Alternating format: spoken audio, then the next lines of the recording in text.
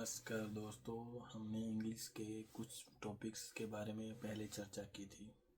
अब हम उसके आगे आने वाले सभी टॉपिक्स के बारे में डिटेल में पढ़ेंगे धीरे धीरे। तो वो कैसे रहेगा, क्या रहेगा, तो हम डिस्कस करेंगे। अभी मैं आपके साथ एक स्क्रीन शेयर करूँगा जो कि मेरे लैपटॉप की है और उसमें आपको डिटेल में सब चीज़ें बताई जाएगी। तो देखते हैं, चलो। पिछली वीडियो में हमने ये सब पढ़ लिया था, ठीक है। अब हम पढ़ेंगे भाषा की उत्पत्ति के अंदर हम पढ़ेंगे ध्वनि, ठीक है। और ध्वनि क्या रहेगा, ध्वनि के बारे में वो अपन जानेंगे।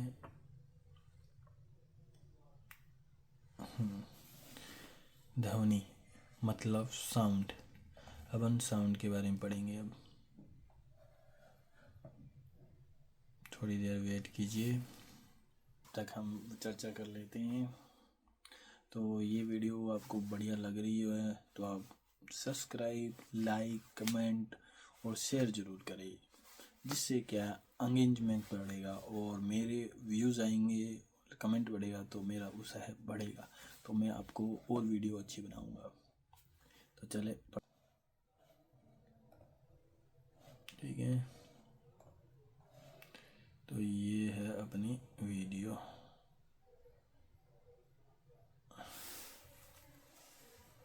ध्वनि के बारे में पढ़ रहे हैं। देखो, ये यहाँ लिखा हुआ है, स्रोत सामग्री के अनुसार ध्वनि साउंड भाषा की उत्पत्ति का प्रारंभिक बिंदु है। मतलब किसी सोर्स के अनुसार ध्वनि भाषा की उत्पत्ति का प्रारंभ बिंदु है। भाषा मतलब लैंग्वेज मूल रूप से वह माध्यम है जिसके द्वारा हम विचार व्यक्त करते हैं। मतलब जिसके द्वारा हम क्या करते हैं, अपने विचार व्यक्त करते हैं, मतलब बताते हैं कि ये मेरे विचार से, ध्वनि के माध्यम से। विदाउट ध्वनि के माध्यम से हम कुछ नहीं कर सकते। और जब हम बोलते हैं तो हमारे मुंह से जो कुछ निकलता है वह साउंड या ध्वनि कहलाता है।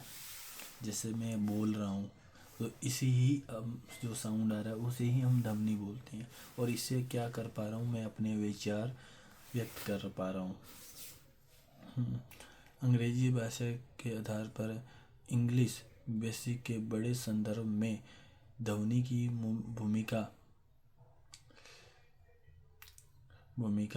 और यात्रा को इन स्रोतों में इस प्रकार समझाया गया है।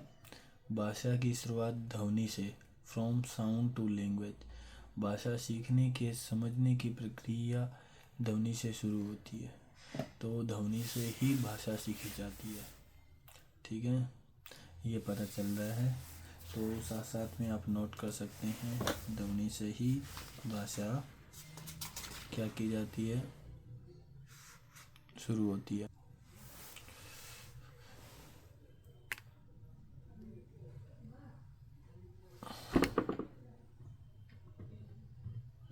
अब हम बात करते हैं परिभाषा, मतलब लैंग्वेज का अर्थ और मुख्य हमारे मुंह से निकलने वाली आवाज़ जिसे हम ध्वनि कहते हैं, ठीक है, वो ध्वनि कहलाती है। और लिखित जिसे हम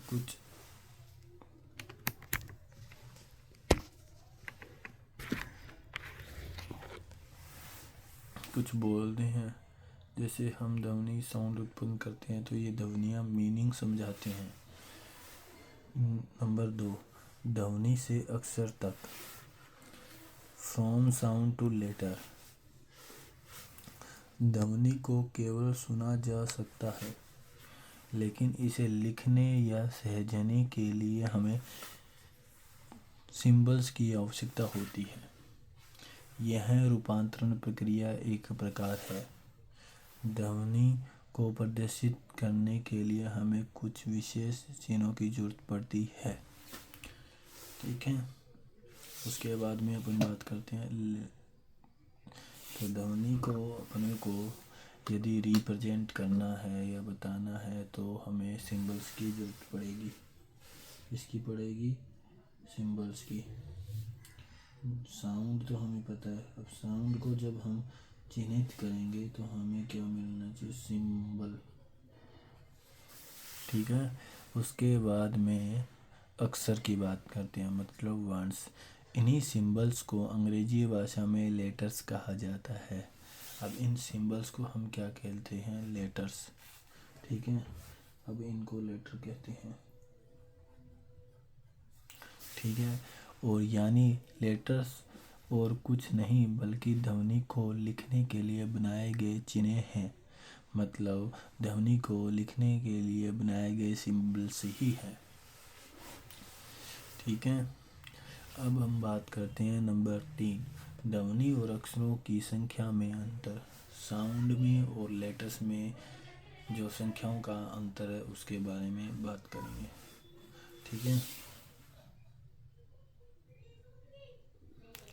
स्रोत सामग्री में एक महत्वपूर्ण और तकनीकी अंतर बताया गया। मतलब यहाँ पे हमें एक महत्वपूर्ण और टेक्निकल अंतर बताया गया।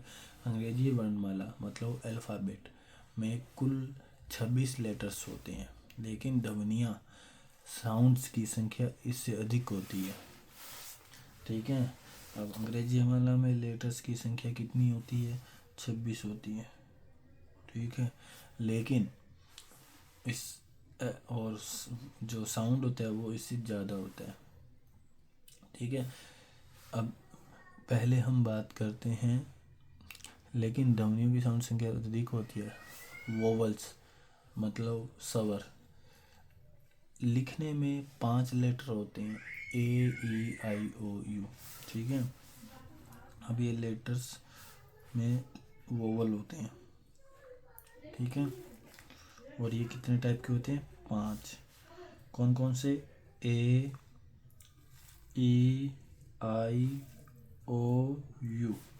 ठीक है, 5 ही है। बोलने में साउंड ये 5 लेटर मिलकर कुछ 20 तरह की ध्वनियाँ उत्पन्न करते हैं।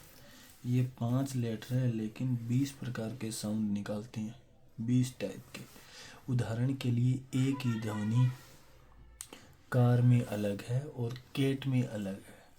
ठीक है, कार में अलग है और केट में अलग है। अब इनकी साउंड के कितने होते हैं, साउंड कितने होते हैं, 20 होते हैं। ठीक है, जैसे कार और केट, इन दोनों में साउंड का अंतर है। अब बात करते हैं अपन कॉन्सोनेंट की। इस प्रकार अपन ध्वनि कितने टाइप की, साउंड्स कितने टाइप के होते हैं वो अपन सीखेंगे अगले वीडियो में। लेकिन अभी के लिए हमें इतना ही सीखना है क्योंकि ये वीडियो लंबी नहीं बन जाए। धीरे धीरे सीखेंगे, सब कुछ सीखेंगे। ठीक है, उदाहरण के लिए एक ही ध्वनि में अलग और कैट में अलग। ठीक है, अब हम बात करते हैं कॉन्सोनेंट की। कॉन्सोनेंट में क्या होता है, लिखने में 21 लेटर्स होते हैं, बताएगा ना, 21 लेटर्स। ठीक है, और BCDE। ठीक है, BCDE इस प्रकार से, B से लेके CDF प्रकार से लेके Z तक कितने होते हैं, टोटल 21। क्योंकि टोटल 26 होंगे ना, 5 और 10 मिला के। बट इसमें साउंड कितने होते हैं, इसमें साउंड होते हैं 24 टाइप के। हम पढ़ते तो हैं लेकिन उस समय की बात में अपन बस ये बता दिया जाता है यही होता है, बट साउंड्स बहुत ज़्यादा मेजर करते हैं। उदाहरण के लिए C कभी सर्किल की ध्वनि देता है और कभी कैट की, कै की। देखो,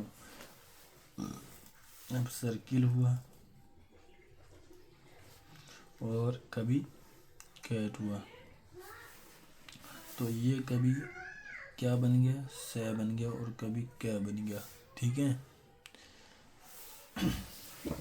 अब निष्कर्षण यही निकलता है कि अंग्रेजी भाषा के संदर्भ में ध्वनि मतलब साउंड वह कच्चा माल रॉ मटेरियल है जिससे सिंबल्स लेटर के रूप में ढाला जाता है और इन लेटर के व्यवस्थित समूह को अल्फ़ाबेट कहते हैं।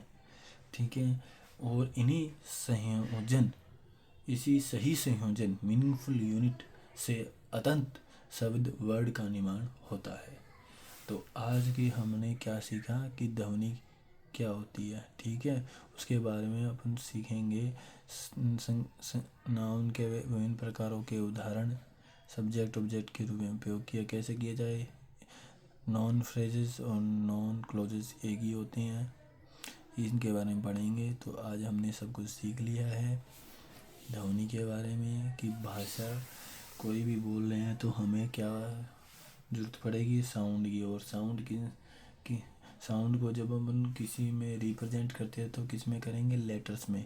और लेटर्स कितने टाइप के होते हैं, 2, वोवल्स और कॉन्सोनेंट। और कॉन्सोनेंट में क्या होता है, 5 होते हैं, बट ध्वनियाँ 20 होती है, मतलब साउंड्स 20 होते हैं, बट कॉन्सोनेंट में 21 होते हैं, साउंड्स ओनली 24 ही होते हैं। तो इस प्रकार इनमें कैट, कार से कैट हुआ और सर्किल से कैट हुआ, तो अलग अलग साउंड निकालते हैं। तो इसी प्रकार हमें आगे के सभी टॉपिक्स पढ़ने हैं। तो आज के लिए धन्यवाद, मिलते हैं। तो जो आपको समझ में आया है साउंड्स के बारे में, अच्छी लगी होगी ये वीडियो, आपको नहीं लगी तब भी कोई बात नहीं, बस देखते रहिए, धीरे धीरे सीखते रहिए।